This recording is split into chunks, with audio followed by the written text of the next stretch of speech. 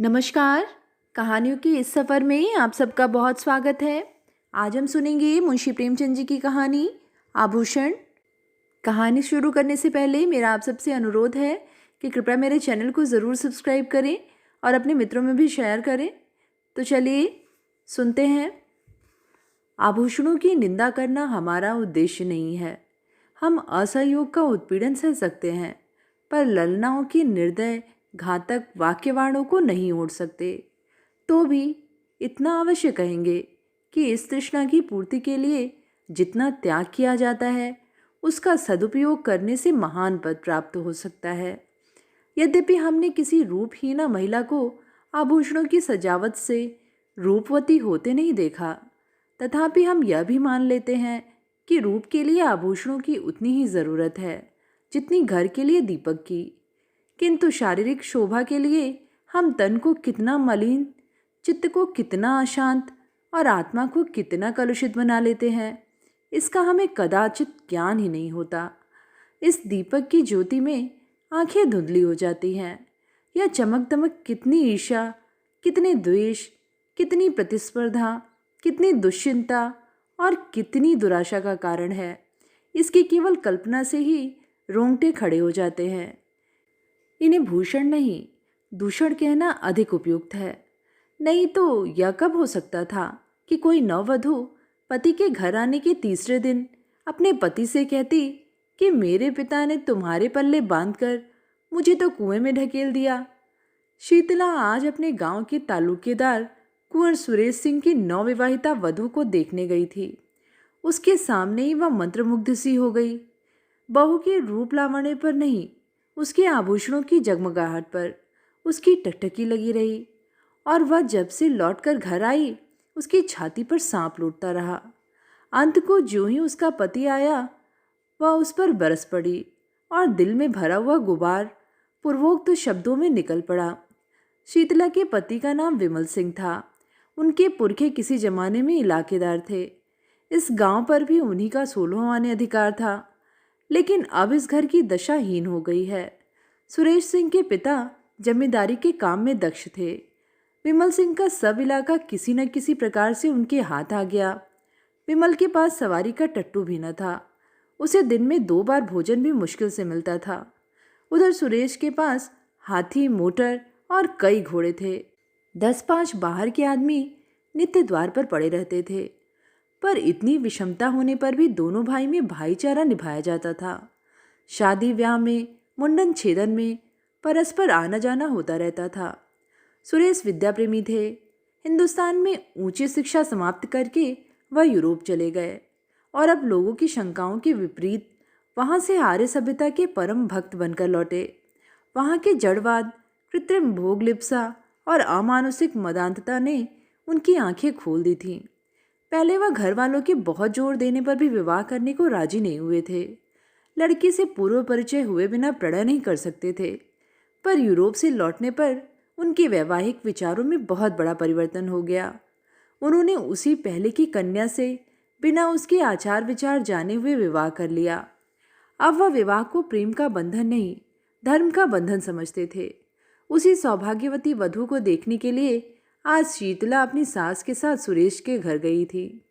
उसी के आभूषणों की छटा देखकर वह मर्माहत सी हो गई थी।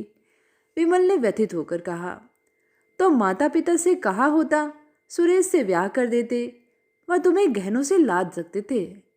शीतला, तो गाली क्यों देते हो? विमल, गाली नहीं देता, बात कहता हूँ।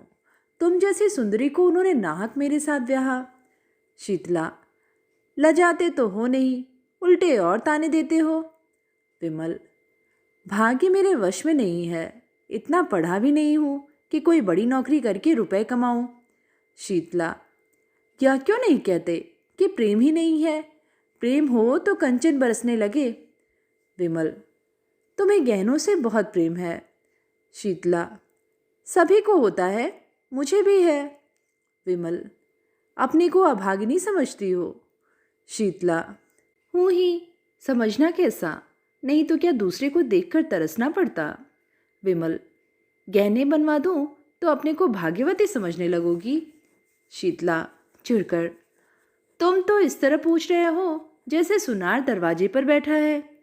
विमल, नहीं, सच कहता हूँ, बनवा दूंगा। हाँ, कुछ दिन सब्र करना पड़ेगा। समर्थ पुरुषों को बात लग जाती है तो प्राण ले लेते हैं। सामर्थ्यहीन पुरुष अपनी ही जान पर खेल जाता है। विमल सिंह ने घर से निकल जाने की ठानी। निश्चय किया कि या तो इसे गहनों से ही लाद दूंगा या वैधव्य शोक से, या तो आभूषण ही पहनेगी या सिंदूर को ही तरसेगी। दिन भर वह चिंता में डूबा पड़ा रहा। शीतला को उसने प्रेम से संतुष्ट करना चाहा था। आज अनुभव हुआ कि नारी का हृदय प्रेम पास से नहीं, कंचन के पास से ही बन सकता है। पहर रात जाते जाते वह घर से चल पड़ा था। पीछे फिर कभी न देखा। ज्ञान से जागे हुए विराग में चाहे मोह का संस्कार हो, पर नैराश्य से जागा हुआ विराग अचल होता है। प्रकाश में इधर की वस्तुओं को देखकर मन विचलित हो सकता है, पर अंधकार में किसका साहस है जो लीक से जौ भर भी हट सके। विमल के पास विद्या न थी, कला कौशल भी न था। उसे केवल अपने कठिन परिश्रम और कठिन आत्मत्याग ही का आधार था। वह पहले कलकत्ता गया। वहाँ कुछ दिन तक एक सेठ की अगवानी करता रहा। वहाँ जो सुन पाया कि रंगून में मजदूरी अच्छी मिलती है तो वह रंगून चला गया और बंदर पर माल चढ़ाने उतारने का काम करने लगा। कुछ तो कठिन श्रम, कुछ खाने पीने के असंयम और कुछ जलवायु की खराबी के कारण वह बीमार हो गया। शरीर दुर्बल हो गया, मुख की कांति जाती रही। फिर भी उससे ज़्यादा मेहनती मजदूर बंदर पर दूसरा न था, और मजदूर थे पर वह मजदूर तपस्वी था।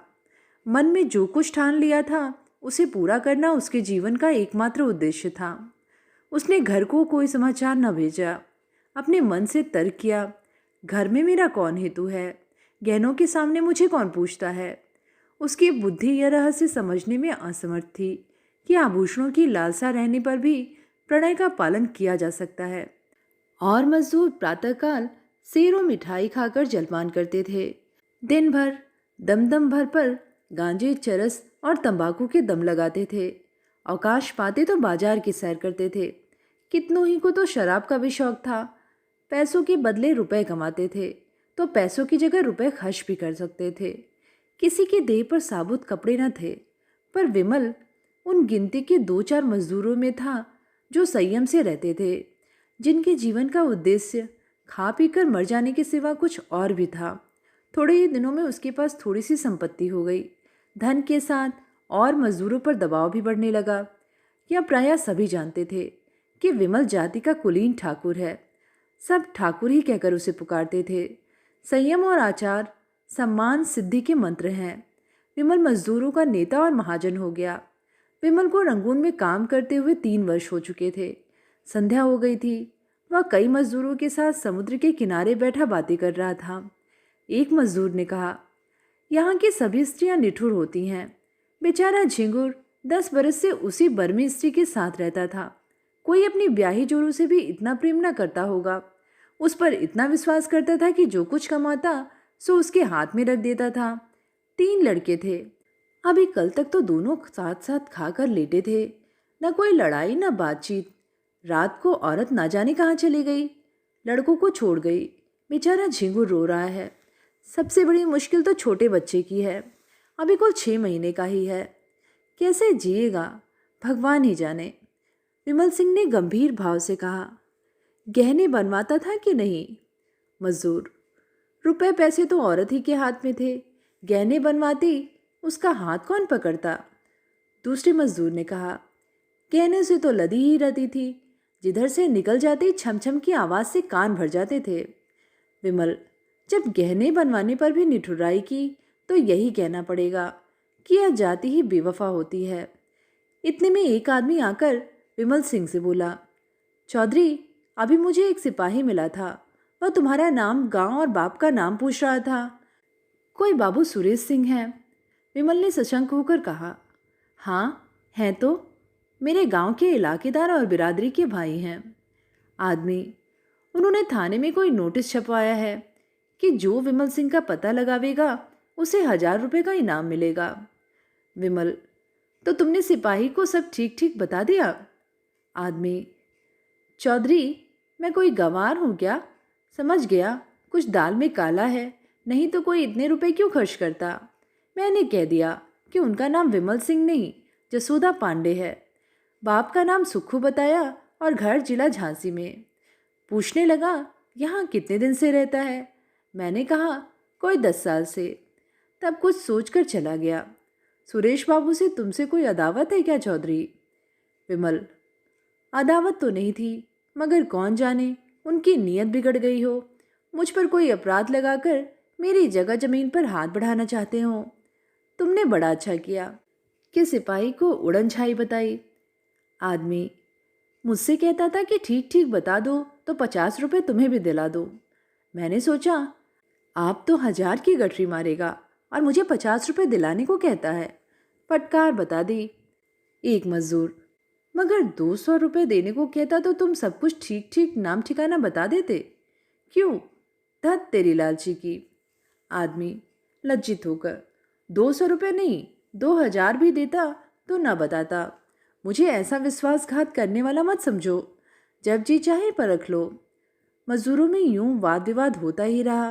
विमल आकर अपनी कोठरी में लेट गया। वह सोचने लगा, अब क्या करूं? जब सुरेश जैसे सज्जन की नीयत बदल गई तो अब किसका भरोसा करूं? नहीं, अब बिना घर गए काम नहीं चलेगा। कुछ दिन और न गया तो फिर कहीं का न रहूंगा। 2 साल और रह जाता तो पास में पूरे 5000 रुपये हो जाते। शीतला की इच्छा कुछ पूरी हो जाती।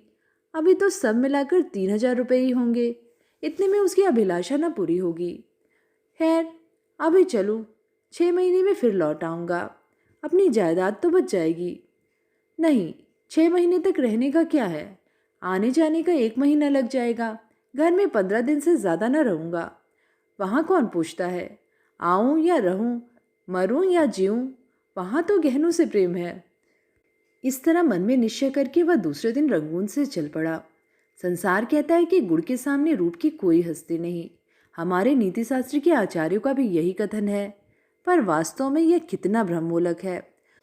कुंवर सुरेश सिंह की नौवधू मंगला कुमारी गृह कार्य में निपुण, पति के इशारों पर प्राण देने वाली, अत्यंत विचारशीला, मधुर भाषिणी और धर्मभीरू स्त्री थी, पर सौंदर्य विहीन होने के कारण पति की आंखों में कांटे के समान खटकती थी।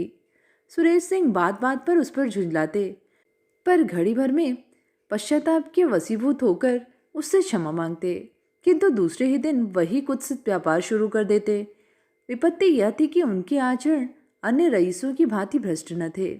वह दाम्पत्य जीवन ही में आनंद, सुख, शांति, विश्वास प्रायः सभी ऐहिक और पारमार्थिक उद्देश्य से पूरा करना चाहते थे, और दाम्पत्य सुख से वंचित होकर उन्हें अपना समस्त जीवन नीरस, स्वाधीन और कुंठित जान पड़ता था। फल यह हुआ कि मंगला को अपने ऊपर विश्वास न रहा। वह अपने मन से कोई काम करते हुए डरती कि स्वामी नाराज होंगे। स्वामी को खुश करने के लिए अपनी भूलों को छिपाती, बहाने करती, झूठ बोलती, नौकरों को अपराध लगाकर आत्मरक्षा करना चाहती। पति को प्रसन्न रखने के लिए उसने अपने गुणों की, अपनी आत्मा की अवहेलना की, पर उठने के बदले वह पति की नजरों से गिरती ही गई। नित्य नए श्रृंगार, पर लक्ष्य से दूर होती जाती थी। पति की एक मधुर मुस्कान के लिए, उनके अधरों के एक मीठे शब्द के लिए उसका प्यासा हृदय तड़प तड़प कर रह जाता। लावण्य विहीन स्त्री वह भिक्षुक नहीं है जो चंगुल भर आटे से संतुष्ट हो जाए। वह भी पति का संपूर्ण अखंड प्रेम चाहती है, और कदाचित सुंदरियों से अधिक, क्योंकि वह इसके लिए असाधारण प्रयत्न और अनुष्ठान करती है। मंगला इस प्रयत्न में निष्फल होकर और भी संतप्त होती थी। धीरे धीरे पति पर से उसकी श्रद्धा उठने लगी। उसने तर्क किया कि ऐसे क्रूर, हृदय शून्य, कल्पनाहीन मनुष्य से मैं भी उसी का सा व्यवहार करूंगी। जो पुरुष रूप का भक्त है वह प्रेम भक्ति के योग्य नहीं। इस प्रत्याघात ने समस्या को और भी जटिल कर दिया। मगर मंगला की केवल अपनी रूपहीनता ही का रोना न था। शीतला का अनुपम रूप लालित्य भी उसकी कामनाओं का बाधक था, बल्कि यह उसकी आशा लताओं पर पड़ने वाला तुषार था। मंगला सुंदरी न सही, पर पति पर जान देती थी। जो अपने को चाहे उससे हम विमुख नहीं हो सकते। प्रेम की शक्ति अपार है, पर शीतला की मूर्ति सुरेश के हृदय द्वार पर बैठी हुई मंगला को अंदर न आने देती, चाहे वह कितना ही वेश बदल कर आवे। सुरेश इस मूर्ति को हटाने की चेष्टा करते थे, उसे बलात् निकाल देना चाहते थे, किंतु सौंदर्य का आधिपत्य धन के आधिपत्य से कम दुर्निवार नहीं होता। जिस दिन शीतला इस घर में मंगला का मुख देखने आई थी, उसी दिन सुरेश की आंखों ने उसकी मनोहर छवि की एक झलक देख ली थी। वह एक झलक मानो एक क्षणिक क्रिया थी, जिसने एक ही धावे में समस्त हृदय राज्य को जीत लिया, उस पर अपना आधिपत्य जमा लिया। सुरेश एकांत में बैठे हुए शीतला के चित्र को मंगला से मिलाते, यह निश्चय करने के लिए कि उनमें क्या अंतर है। एक क्यों मन को खींचती है, दूसरी क्यों उसे हटाती है, पर उसके मन का यह खिंचाव केवल एक चित्रकार या कवि का रसास्वादन मात्र था। वह पवित्र और वासनाओं से रहित था। वह मूर्ति केवल उसके मनोरंजन की सामग्री मात्र थी। वह अपने मन को बहुत समझाते, संकल्प करते कि अब मंगला को प्रसन्न रखूंगा। यदि वह सुंदर नहीं है तो उसका क्या दोष, पर उनका यह सब प्रयास मंगला के सम्मुख जाते ही विफल हो जाता था। वह बड़ी सूक्ष्म दृष्टि से मंगला के मन के बदलते हुए भावों को देखते थे, पर एक पक्षाघात पीड़ित मनुष्य की भांति घी के घड़े को लुढ़कते देखकर भी रोकने का कोई उपाय न कर सकते थे। परिणाम क्या होगा, यह सोचने का उन्हें साहस ही न होता था। पर जब मंगला ने अंत को बात बात में उनकी तीव्र आलोचना करना शुरू कर दिया, वह उनसे उच्छृंखलता का व्यवहार करने लगी, तो उसके प्रति उनका वह उतना सौहार्द भी लुप्त हो गया। घर में आना जाना छोड़ दिया। एक दिन संध्या के समय बड़ी गर्मी थी। पंखा झलने से आग और भी धधकती है। कोई सैर करने बगीचे में भी न जाता था। पसीने की भांति शरीर से सारी स्फूर्ति बह गई थी। जो जहाँ था वहीं मुर्दा सा पड़ा था। आग से सेके हुए मृदंग की भांति लोगों के स्वर कर्कश हो चुके थे। साधारण बातचीत में भी लोग उत्तेजित हो जाते थे, जैसे साधारण संघर्षों से वन के वृक्ष जल उठते हैं। सुरेश सिंह कभी 4 कदम टहलते थे, फिर हाँफ कर बैठ जाते थे। नौकरों पर झुंझला रहे थे कि जल्द जल्द छिड़काव क्यों नहीं करते। सहसा उन्हें अंदर से गाने की आवाज़ सुनाई दी। चौंके, फिर क्रोध आया। मधुर गान कानों को अप्रिय जान पड़ा। यह क्या बेवक्त की शहनाई है। यहाँ गर्मी के मारे दम निकल रहा है और इन सबको गाने की सूझी है। मंगला ने बुलाया होगा, और क्या। लोग नाहक ही कहते हैं। स्त्रियों का जीवन का आधार प्रेम है। उनके जीवन का आधार वही भोजन, निद्रा, राग, रंग, आमोद प्रमोद है जो समस्त प्राणियों का है। घंटे भर तो सुन चुका, यह गीत कभी बंद भी होगा या नहीं। सब व्यर्थ में गला फाड़ फाड़ कर चिल्ला रही हैं। अंत को न रह गया। जनान खाने में आकर बोले, तुम लोगों ने क्या काँव काँव मचा रखा है। ये गाने बजाने का कौन सा समय है। बाहर बैठना मुश्किल हो गया है। सन्नाटा छा गया, जैसे शोरगुल मचाने वाले बालकों में मास्टर पहुंच जाए। सभी ने सिर झुका लिए और सिमट गईं। मंगला तुरंत उठकर सामने वाले कमरे में चली गई। पति को बुलाया और आहिस्ते से बोली, क्यों इतना बिगड़ रहे हो। मैं इस वक्त गाना नहीं सुनना चाहता। तुम्हें सुनाता ही कौन है। क्या मेरे कानों पर भी तुम्हारा अधिकार है। फजूल की बमचक। तुमसे मतलब। मैं अपने घर में यह कोलाहल न मचने दूंगा। तो मेरा घर कहीं और है। सुरेश सिंह इसका उत्तर न देकर बोले, इन सब से कह दो फिर किसी वक्त आए। मंगला, इसलिए कि तुम्हें इनका आना अच्छा नहीं लगता। हाँ, इसीलिए। तुम क्या सदा वही करते हो जो मुझे अच्छा लगे। तुम्हारे यहाँ मित्र आते हैं, हंसी ठट्ठे की आवाज़ अंदर सुनाई देती है। मैं कभी नहीं कहती कि इन लोगों का आना बंद कर दो। तुम मेरे कामों में दस्तंदाजी क्यों करते हो। सुरेश ने तेज होकर कहा, इसलिए कि मैं घर का स्वामी हूँ। मंगला, तुम बाहर के स्वामी हो, यहाँ मेरा अधिकार है। सुरेश, क्यों व्यर्थ की बकबक करती हो। मुझे चिढ़ाने से क्या मिलेगा। मंगला जरा देर चुपचाप खड़ी रही। वह पति के मनोगत भावों की मीमांसा कर रही थी। फिर बोली, अच्छी बात है। जब इस घर में मेरा कोई अधिकार नहीं तो न रहूंगी। अब तक मैं भ्रम में थी, आज तुमने यह भ्रम मिटा दिया। मेरा इस घर पर अधिकार कभी नहीं था। जिस स्त्री का पति के हृदय पर अधिकार नहीं, उसका उसकी संपत्ति पर भी कोई अधिकार नहीं हो सकता। सुरेश ने लज्जित होकर कहा, बात का बतंगड़ क्यों बनाती हो। मेरा यह मतलब न था। कुछ का कुछ समझ गई। मंगला, मन की बात आदमी के मुंह से अनायास ही निकल जाती है। सावधान होकर हम अपने भावों को छुपा लेते हैं। सुरेश को अपनी असज्जनता पर दुख हुआ, पर इस भय से कि मैं उसे जितना ही मनाऊंगा उतना ही यह और जलीकटी सुनाएगी, उसे वहीं छोड़कर बाहर चले गए। प्रातःकाल ठंडी हवा चल रही थी। सुरेश खुमारी में पड़े हुए स्वप्न देख रहे थे कि मंगला सामने से चली आ रही है। चौंक पड़े। देखा, द्वार पर सचमुच मंगला खड़ी है। घर की नौकरानियां आंचल से आंखें पोंछ रही हैं। कई नौकर आसपास खड़े हैं। सभी की आंखें सजल और मुख उदास है, मानो बहू विदा हो रही हो। सुरेश समझ गए कि मंगला को कल की बात लग गई, पर उन्होंने उठकर कुछ पूछने की, मनाने की या समझाने की चेष्टा नहीं की। यह मेरा अपमान कर रही है, मेरा सिर नीचा कर रही है। जहाँ चाहे जाए, मुझसे कोई मतलब नहीं। यूँ बिना कुछ पूछे गाछे चले जाने का अर्थ यह है कि मैं इसका कोई नहीं। फिर मैं इसे रोकने वाला कौन? वह यूं ही जड़वत पड़े रहे और मंगला चली गई। उनकी तरफ मुंह उठाकर भी न ताका। मंगला पांव पैदल चली जा रही थी। एक बड़े तालुकेदार की औरत के लिए यह मामूली बात न थी। हर किसी को हिम्मत न पड़ती थी कि उससे कुछ कहे। पुरुष उसकी राह छोड़कर किनारे खड़े हो जाते थे। नारियां द्वार पर खड़ी करुण कौतूहल से देखती थीं और आंखों से कहती थीं, हाँ निर्दयी पुरुष, इतना भी ना हो सका कि एक डोला पर तो बैठा देता। इस गांव से निकलकर उस गांव में पहुंची जहां शीतला रहती थी। शीतला सुनते ही द्वार पर आ खड़ी हो गई और मंगला से बोली, बहन जरा आकर दम ले लो। मंगला ने अंदर जाकर देखा तो मकान जगह जगह से गिरा हुआ था। दालान में एक वृद्धा खाट पर पड़ी थी। चारों ओर दरिद्रता के चिन्ह दिखाई दे रहे थे। शीतला ने पूछा, यह क्या हुआ? मंगला, जो भाग्य में लिखा था। शीतला, कुंवर जी ने कुछ कहा सुना था? मंगला, मुंह से कुछ न कहने पर भी तो मन की बात छिपी नहीं रहती। शीतला, अरे तो क्या अब यहाँ तक नौबत आ गई? दुख की अंतिम दशा संकोचहीन होती है। मंगला ने कहा, चाहती तो अब भी पड़ी रहती, उसी घर में जीवन कट जाता, पर जहाँ प्रेम नहीं, पूछ नहीं, मान नहीं, वहाँ अब नहीं रह सकती। शीतला, तुम्हारा मैका कहाँ है? मंगला, मैके कौन मुँह लेकर जाऊंगी? शीतला, तब कहाँ जाओगी? मंगला, ईश्वर के दरबार में पूछूंगी कि तुमने मुझे सुंदरता क्यों नहीं दी, बदसूरत क्यों बनाया। बहन, स्त्री के लिए इससे अधिक दुर्भाग्य की बात नहीं कि वह रूपहीन हो। शायद पहले जन्म की पिशाचिनी ही बदसूरत औरतें होती हैं। रूप से प्रेम मिलता है और प्रेम से दुर्लभ कोई वस्तु नहीं है। क्या कहकर मंगला उठ खड़ी हुई। शीतला ने उसे रोका नहीं। सोचा, इसे क्या खिलाऊंगी? आज तो चूल्हा जलने की भी कोई आशा नहीं है।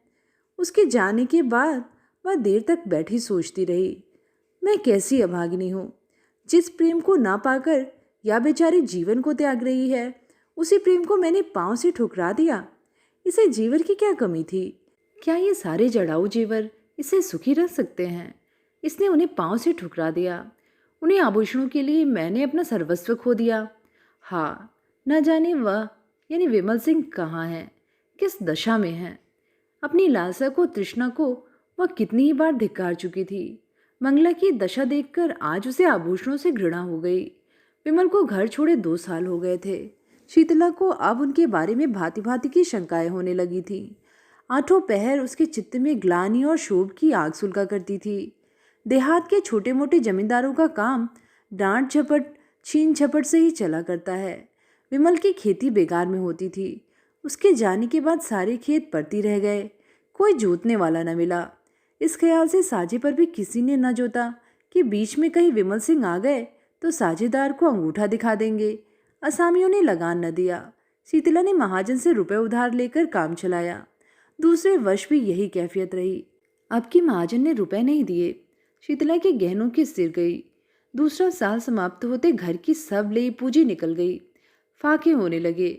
बूढ़ी सास, छोटा देवर, ननद और आप, 4 प्राणियों का खर्च था।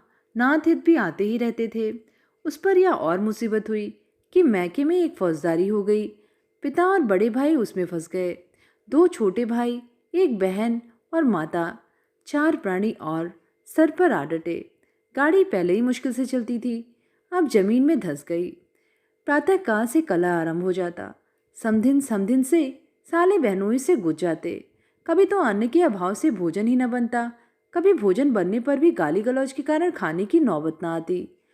लड़के दूसरों के खेतों में जाकर गन्ने और मटर खाते। बुढ़िया दूसरों के घर जाकर अपना दुखड़ा रोती और ठाकुर सुहाती करती। पुरुष की अनुपस्थिति में स्त्री के मैके वालों का प्राधान्य हो जाता है। इस संग्राम में प्रायः विजय पताका मैके वालों ही के हाथ में रहती है। किसी भांति घर अनाज आ जाता तो उसे पीसे कौन। शीतला की माँ कहती, 4 दिन के लिए आई हूँ तो क्या चक्की चलाऊं? सास कहती, खाने की बेर तो बिल्ली की तरह लपकेगी, पीसते क्यों जान निकलती है। विवश होकर शीतला को अकेले पीसना पड़ता। भोजन के समय वह महाभारत मचता कि पड़ोस वाले तंग आ जाते। शीतला कभी माँ के पैरों पड़ती, कभी सास के चरण पकड़ती, लेकिन दोनों ही उसे झिड़क देती। माँ कहती, तूने यहाँ बुलाकर हमारा पानी उतार दिया। सास कहती, मेरी छाती पर सौत लाकर बैठा दी, अब बातें बनाती है। इस घोर विवाद में शीतला अपना विरह-शोक भूल गई। सारी अमंगल शंकाएं इस विरोधाग्नि में शांत हो गईं। बस अब यही चिंता थी कि इस दशा से छुटकारा कैसे हो। माँ और सास दोनों ही का यमराज के सिवा और कोई ठिकाना न था, पर यमराज उनका स्वागत करने के लिए बहुत उत्सुक नहीं जान पड़ते थे। सैकड़ों उपाय सोचती, पर उस पथिक की भांति जो दिन भर चलकर भी अपने ही द्वार पर खड़ा हो, उसकी सोचने की शक्ति निश्चल हो गई थी। चारों तरफ निगाहें दौड़ाती कि कहीं कोई शरण का स्थान है, पर कहीं निगाह न जमती। एक दिन वह इसी नैराश्य की अवस्था में द्वार पर खड़ी थी। मुसीबत में, चित्त की उद्विग्नता में, इंतजार में द्वार से हमें प्रेम हो जाता है। सहसा उसने बाबू सुरेश सिंह को सामने से घोड़े पर जाते देखा। उनकी आंखें उसकी ओर फिरी, आंखें मिल गईं। वह झिड़क कर पीछे हट गई, किवाड़े बंद कर लिए। कुंवर साहब आगे बढ़ गए। शीतला को खेद हुआ कि उन्होंने मुझे देख लिया। मेरे सिर पर साड़ी फटी हुई थी, चारों तरफ उसमें पैबंद लगे हुए थे। वह अपने मन में न जाने क्या कहते होंगे। कुंवर साहब को गांव वालों से विमल सिंह के परिवार के कष्टों की खबर मिली थी। वह गुप्त रूप से उनकी कुछ सहायता करना चाहते थे, पर शीतला को देखते ही संकोच ने उन्हें ऐसा दबाया कि द्वार पर एक क्षण भी न रुक सके।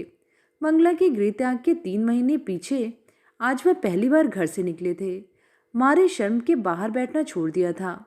इसमें संदेह नहीं कि कुंवर साहब मन में शीतला की रूप रस का आस्वादन करते थे। मंगला के जाने के बाद उनके हृदय में एक विचित्र दुष्कामना जाग उठी।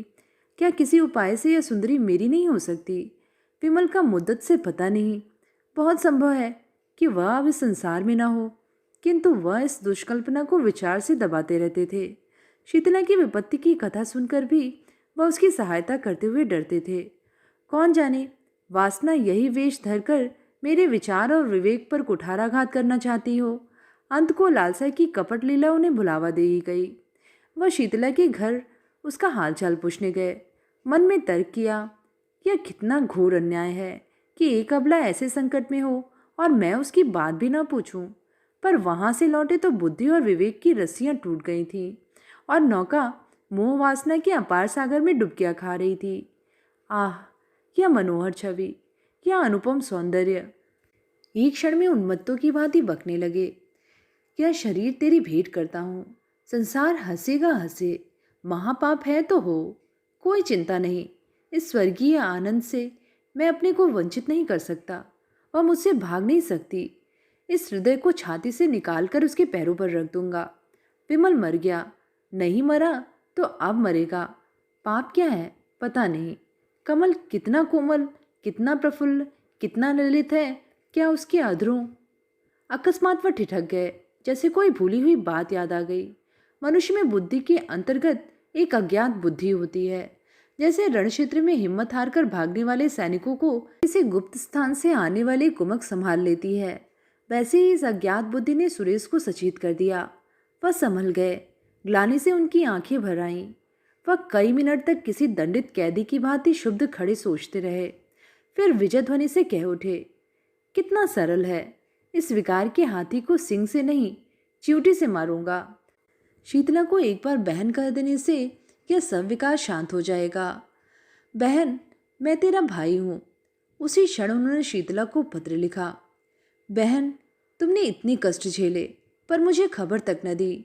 मैं कोई गैर न था, मुझे इसका दुख है। खैर, अब ईश्वर ने चाहा तो तुम्हें कष्ट न होगा। इस पत्र के साथ उन्होंने अनाज और रुपए भेजे। शीतला ने उत्तर दिया, भैया क्षमा करो, जब तक जीऊंगी तुम्हारा यश गाऊंगी। तुमने मेरी डूबती नाव पार लगा दी। कई महीने बीत गए। संध्या का समय था। शीतला अपनी मैना को चारा चुका रही थी। उसे सुरेश नेपाल से उसी के वास्ते लाए थे। इतने में सुरेश आकर आंगन में बैठ गए। शीतला ने कहा, कहाँ से आते हो भैया? सुरेश, गया था जरा थाने, कुछ पता नहीं चला। रंगून में पहले कुछ पता मिला था, बाद को मालूम हुआ कि वह कोई और आदमी है। क्या करूं, इनाम और बढ़ा दूं? शीतला, तुम्हारे पास रुपए बड़े हैं तो फूको, उनकी इच्छा होगी तो आप ही आवेंगे। सुरेश, एक बात पूछूं, बताओगी? किस बात पर तुमसे रूठे थे? शीतला, कुछ नहीं, मैंने यही कहा कि मुझे गहने बनवा दो। कहने लगे मेरे पास है क्या? मैंने कहा तो ब्याह क्यों किया? बस बातों ही बातों में तकरार हो गई। इतने में शीतला की सास आ गई। सुरेश ने शीतला की माँ और भाइयों को उनके घर पहुंचा दिया था, इसीलिए यहाँ अब शांति थी। सास ने बहू की बात सुन ली थी। कर्कश स्वर में बोली, बेटा तुमसे क्या पर्दा है? यह महारानी देखने ही को गुलाब की फूल है, अंदर सब कांटे हैं। यह आपने बनाव सिंगार के आगे विमल की बात ही ना पूछती थी। बेचारा इस पर जान देता था, पर इसका मुंह ही न सीधा होता था। प्रेम तो इसे छू नहीं गया, अंत को उसे देश से निकाल कर इसने दम लिया। शीतला ने रुष्ट होकर कहा, क्या वही अनोखे धन कमाने घर से निकले हैं? देश विदेश जाना मर्दों का काम ही है। सुरेश, यूरोप में तो धन भोग के सिवा स्त्री पुरुष में कोई संबंध ही नहीं होता। बहन ने यूरोप में जन्म लिया होता तो हीरे जवाहिर से जगमगाती होती। शीतला, अब तुम ईश्वर से यही कहना कि सुंदरता देते हो तो यूरोप में जन्म दो। शीतला ने व्यथित होकर कहा, जिनके भाग्य में लिखा है वे यही सोने से लदी हुई हैं। मेरी भांति सभी के कर्म थोड़े ही फूट गए हैं। सुरेश सिंह को ऐसा जान पड़ा कि शीतला की मुख कांति मलिन हो गई है। पति वियोग में भी गहनों के लिए इतनी ललायित है। बोले, अच्छा मैं तुम्हें गहने बनवा दूंगा। यह वाक्य कुछ अपमान सूचक स्वर में कहा गया था, पर शीतला की आंखें आनंद से सजल हो आईं। कंठ गदगद हो गया। उसके हृदय नेत्रों के सामने मंगला के रत्नजड़ित आभूषणों का चित्र खिंच गया। उसने कृतज्ञतापूर्ण दृष्टि से सुरेश को देखा। मुंह से कुछ न बोली, पर इसका प्रत्येक अंग कह रहा था, मैं तुम्हारी हूं। कोयल आम की डालियों पर बैठकर, मछली शीतल निर्मल जल में क्रीड़ा करके और मृग शावक विस्तृत हरियालियों में छलांगी भरकर इतने प्रसन्न नहीं होते जितना मंगला के आभूषणों को पहनकर शीतला प्रसन्न हो रही है। उसके पैर जमीन पर नहीं पड़ते। वह दिन भर आईने के सामने खड़ी रहती है, कभी केशों को संवारती है, कभी सूरमा लगाती है। कोहरा फट गया और निर्मल स्वच्छ चांदनी निकल आई है। वह घर का एक तिनका भी नहीं उठाती। उसके स्वभाव में एक विचित्र गर्व का संचार हो गया है। लेकिन श्रृंगार क्या है? सोई ही कामवासना को जगाने का घोर नाद, उद्दीपन का मंत्र। शीतला जब नक्सिक से सजकर बैठती है तो उसे प्रबल इच्छा होती है कि मुझे कोई देखे। वह द्वार पर आकर खड़ी हो जाती है। गांव की स्त्रियों की प्रशंसा से उसे संतोष नहीं होता। गांव के पुरुषों को वह श्रृंगार रस विहीन समझती है, इसलिए सुरेश सिंह को बुलाती है। पहले वह दिन में एक बार आ जाते थे, अब शीतला की बहुत अनुनय विनय करने पर भी नहीं आते। पहर रात गई थी, घरों के दीपक बुझ चुके थे। शीतला के घर में दीपक जल रहा था। उसने कुंवर साहब के बगीचे से बेले के फूल मंगवाए थे और बैठी हार गूंथ रही थी। अपने लिए नहीं, सुरेश के लिए। प्रेम के सिवा एहसान का बदला देने के लिए उसके पास और था ही क्या। एकाएक कुत्तों के भूखने की आवाज़ सुनाई दी और दम भर में विमल सिंह ने मकान के अंदर प्रवेश किया। उनके एक हाथ में संदूक था, दूसरे हाथ में एक गठरी। शरीर दुर्बल, कपड़े मैले, दाढ़ी के बाल बढ़े हुए, मुख पीला, जैसे कोई कैदी जेल से निकल कर आया हो। दीपक का प्रकाश देखकर वह शीतला के कमरे की तरफ चले। मैना पिंजरे में तड़फड़ाने लगी। शीतला ने चौंक कर सिर उठाया, घबरा कर बोली, कौन? फिर पहचान गई। तुरंत फूलों को एक कपड़े से छिपा दिया। उठ खड़ी हुई और सिर झुकाकर पूछा, इतनी जल्दी सुध ली? विमल ने कुछ जवाब न दिया। विस्मित होकर कभी शीतला को देखता, कभी घर को, मानो किसी नए संसार में पहुंच गया है। क्या वह अधखिला फूल न था जिसकी पंखुड़ियां अनुकूल जलवायु न पाकर सिमट गई थीं? यह पूर्ण विकसित कुसुम था, ओस के जलकणों से जगमगाता और वायु के झोंकों से लहराता हुआ। विमल उसकी सुंदरता पर पहले भी मुग्ध था, पर यह ज्योति, वह अग्निज्वाला थी जिससे हृदय में ताप और आंखों में जलन होती थी। ये आभूषण, ये वस्त्र, यह सजावट, उसके सिर में एक चक्कर सा आ गया। जमीन पर बैठ गया। इस सूर्यमुखी के सामने बैठते हुए उसे लज्जा आती थी। शीतला अभी तक स्तंभित खड़ी थी। वह पानी लाने नहीं दौड़ी, उसने पति के चरण नहीं धोए, उसको पंखा तक नहीं झला। हाथ बुद्धि सी हो गई थी। उसने कल्पनाओं की कैसी सुरम्य वाटिका लगाई थी, उस पर तुषार पड़ गया। वास्तव में इस मलिन वदन अर्धनग्न पुरुष से उसे घृणा हो रही थी। यह घर का जमींदार विमल न था, वह मजदूर हो गया था। मोटा काम मुखाकृति पर असर डाले बिना नहीं रहता। मजदूर सुंदर वस्त्रों में भी मजदूर ही रहता है। सहसा विमल की माँ चौंकी। शीतला के कमरे में आई तो विमल को देखते ही मातृ स्नेह से विवल होकर उसे छाती से लगा लिया। विमल ने उसके चरणों पर सिर रखा। उसकी आंखों से आंसुओं की गरम गरम बूंदें निकल रही थीं। माँ पुलकित हो रही थी, मुख से बात न निकलती थी। एक क्षण में विमल ने कहा, अम्मा। कंठध्वनि ने उसका आशय प्रकट कर दिया। माँ ने प्रश्न समझकर कहा, नहीं बेटा, क्या बात नहीं है। विमल, यह देखता क्या हूँ। माँ, स्वभाव ही ऐसा है तो कोई क्या करे। विमल, सुरेश ने मेरा हुलिया क्यों लिखाया था। माँ, तुम्हारी खोज लेने के लिए। उन्होंने दया न की होती तो आज घर में किसी को जीता न पाते। विमल, बहुत अच्छा होता। शीतला ने ताने से कहा, अपनी ओर से तुमने सबको मार ही डाला था, फूलों की सेज नहीं बिछा गए थे।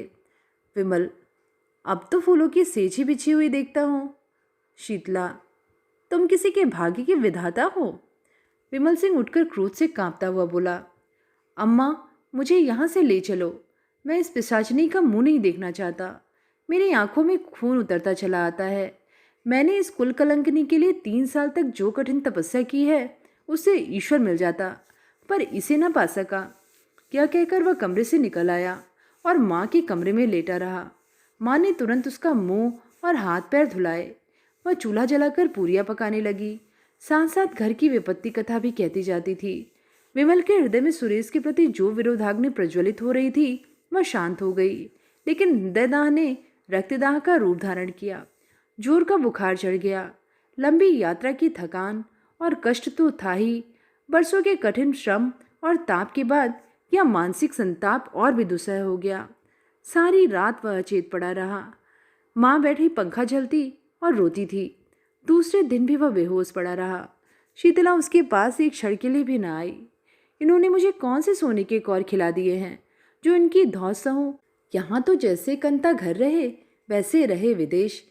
किसी की फूटी कौड़ी नहीं जानती। बहुत ताव दिखा कर गए थे, क्या लाद लाए। संध्या के समय सुरेश को खबर मिली, तुरंत दौड़े हुए आए। आज 2 महीने के बाद उन्होंने उस घर में कदम रखा। विमल ने आंखें खोली, पहचान गया। आंखों से आंसू बहने लगे। सुरेश के मुखारविंद पर दया की ज्योति झलक रही थी। विमल ने उसके बारे में जो अनुचित संदेह किया था उसके लिए वह अपने को धिक्कार रहा था। शीतला ने जो ही सुना कि सुरेश सिंह आए हैं, तुरंत शीशे के सामने गई, केश छिटका लिए और विपत की मूर्ति बनी हुई विमल के सामने आई। कहाँ तो विमल की आंखें बंद थीं, मूर्छित सा पड़ा था। कहाँ शीतला के आते ही आंखें खुल गईं। अग्निमय नेत्रों से उसकी ओर देखकर बोला, अभी आई है, आज के तीसरे दिन आना। कुंवर साहब से उस दिन फिर भेंट हो जाएगी। शीतला उल्टे पांव चली गई। सुरेश पर घड़ों पानी पड़ गया। मन में सोचा, कितना रूप लावण्य है, पर कितना विषाक्त। हृदय की जगह केवल श्रृंगार लालसा। आतंक बढ़ता गया। सुरेश ने डॉक्टर बुलवाए, पर मृत्युदेव ने किसी की न मानी। उनका हृदय पाषाण है, किसी भांति नहीं पसीजता। कोई अपना हृदय निकाल कर रख दे, आंसुओं की नदी बहा दे, पर उन्हें दया नहीं आती। बसे हुए घर को उजाड़ना, लहराती हुई खेती को सुखाना उनका काम है। और उनकी निर्दयता कितनी विनोदमय है। यह नित्य नए रूप बदलते रहते हैं। कभी दामिनी बन जाते हैं तो कभी पुण्यमाला, कभी सिंह बन जाते हैं तो कभी सियार, कभी अग्नि के रूप में दिखाई देते हैं तो कभी जल के रूप में। तीसरे दिन पिछली रात को विमल की मानसिक पीड़ा और हृदय ताप का अंत हो गया। चोर दिन को कभी चोरी नहीं करता। यम के दूत प्रायः रात को ही सबकी नजर बचाकर आते हैं और प्राण रत्न को चुरा ले जाते हैं। आकाश के फूल मुरझाए हुए थे, वृक्ष समूह स्थिर थे, पर शोक में मग्न सिर झुकाए हुए। रात शोक का बाह्य रूप है, रात मृत्यु का क्रीड़ा क्षेत्र है। उसी समय विमल के घर से आर्तनाद सुनाई दिया, वह नाद जिसे सुनने के लिए मृत्युदेव विकल रहते हैं। शीतला चौंक पड़ी और घबराई हुई मरसैया की ओर चली। उसने मृतदेह पर निगाह डाली और भयभीत होकर एक पग पीछे हट गई। उसे जान पड़ा विमल सिंह उसकी ओर अत्यंत तीव्र दृष्टि से देख रहे हैं। बुझे हुए दीपक में उसे भयंकर ज्योति दिखाई पड़ी। वह मारे भय के वहां ठहर न सकी। द्वार से निकल ही रही थी कि सुरेश सिंह से भेंट हो गई। कातर स्वर में बोली, मुझे यहाँ डर लगता है। उसने चाहा कि रोती हुई इनके पैरों पर गिर पड़ूं, पर वह अलग हट गए। जब किसी पथिक को चलते चलते ज्ञात होता है कि मैं रास्ते में भूल गया हूँ, तो वह सीधे रास्ते पर आने के लिए बड़े वेग से चलता है। झुंझलाता है कि मैं इतना असावधान क्यों हो गया। सुरेश भी अब शांति मार्ग पर आने के लिए विकल हो गए। मंगला की स्नेहमयी सेवाएं याद आने लगी। हृदय में वास्तविक सौंदर्योपासना का भाव उदय हुआ। उसमें कितना प्रेम, कितना त्याग, कितनी क्षमा थी। उसकी अतुल पति भक्ति को याद करके कभी कभी वह तड़प जाते। आह, मैंने घोर अत्याचार किया। ऐसे उज्ज्वल रत्न का आदर न किया। मैं यूं ही जड़वत पड़ा रहा और मेरे सामने ही लक्ष्मी घर से निकल गई। मंगला ने चलते चलते शीतला से जो बातें कहीं वे उन्हें मालूम थीं, पर उन बातों पर विश्वास न होता था। मंगला शांत प्रकृति की थी। वह इतनी उद्दंडता नहीं कर सकती। उसमें क्षमा थी। वह इतना विद्वेष नहीं कर सकती। उनका मन कहता था कि वह जीती है और कुशल से है। उसके मैके वालों को कई पत्र लिखे, पर वहाँ व्यंग और कटुवाक्यों के सिवा और क्या रखा था। अंत को उन्होंने लिखा, अब उस रत्न की खोज में मैं स्वयं जाता हूँ। या तो लेकर ही आऊँगा या कहीं मुंह में कालिक लगाकर डूब मरूंगा। इस पत्र का उत्तर आया, अच्छी बात है, जाइए, पर यहाँ से होते हुए जाइएगा। यहाँ से भी कोई आपके साथ चला जाएगा। सुरेश सिंह को इन शब्दों में आशा की झलक दिखाई दी। उसे दिन प्रस्थान कर दिया। किसी को साथ नहीं लिया। ससुराल में किसी ने उनका प्रेम में स्वागत नहीं किया। सभी के मुंह फूले हुए थे। ससुर जी ने तो उन्हें पति धर्म पर एक लंबा उपदेश दिया। रात को जब वह भोजन करके लेटे तो छोटी साली आकर बैठ गई और मुस्कुराकर बोली, जीजा जी, कोई सुंदरी अपने रूपहीन पुरुष को छोड़ दे, उसका अपमान करे, तो आप उसे क्या कहेंगे? सुरेश गंभीर स्वर से, कुटिला। साली, और ऐसे पुरुष को जो अपनी रूपहीन स्त्री को त्याग दे? सुरेश, पशु।